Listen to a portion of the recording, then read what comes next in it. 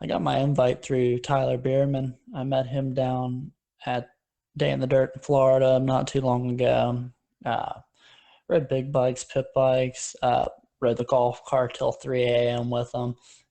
Just definitely a humble, awesome guy. Definitely helped me out way more than I think it was deserved for me, but I can't thank him any more than I already have.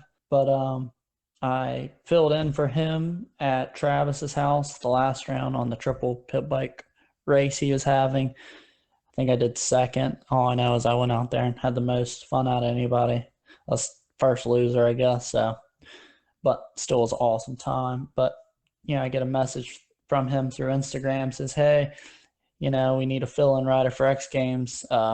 Twitch gave his spot up to Tim, and Vicky, I think she was still having problems with her ankle, just not letting the hill or something. Not sure, but definitely was stoked to get in there.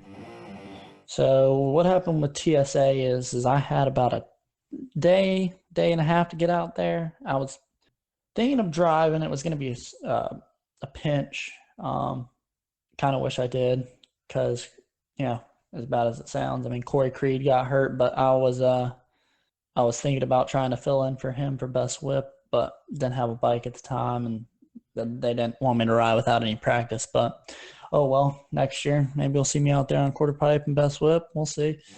But yeah, threw my bikes in a golf bag and two duffel bags and a cooler. Well, everything else but the engine and the gas tank was in the other bags, and I put the engine and the gas tank in the cooler, and didn't have time to ship it, so I just threw it in there, zip tied it, didn't even throw locks on it. Tried to check it as a bag. It made it somewhat far, but they said right before got out of TSA that it just wasn't cool for it to go through. They kind of seemed pretty ticked off about it actually, but got out there. Luckily, I got Michael's Lieb's dad to let me borrow their rocket exhaust. CRF 110. It was 132. Definitely had all the bells and whistles on it.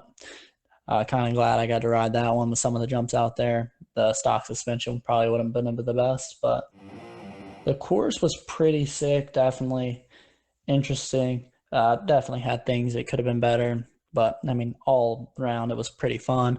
The rainbow rail was sick. They had somewhat some technical section, but the quarter pipe was definitely my favorite out of everything. I think it was like 14 feet tall, something like that. Wasn't too tall, but it was pretty big.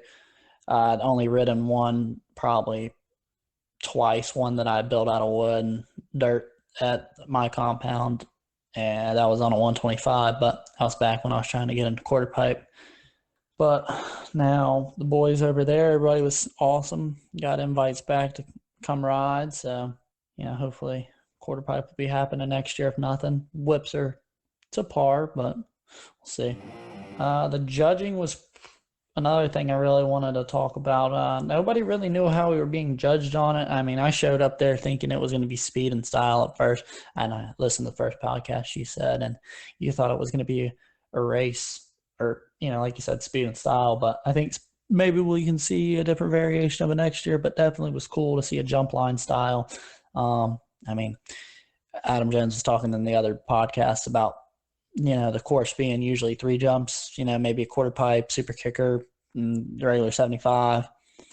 This one would be definitely cool to see for big bike, something like this, like a BMX jump line. I think it was awesome. They brought Pat Casey in, especially since he held his at his dream yard. And, having the BMX background, it was definitely cool to see him out there.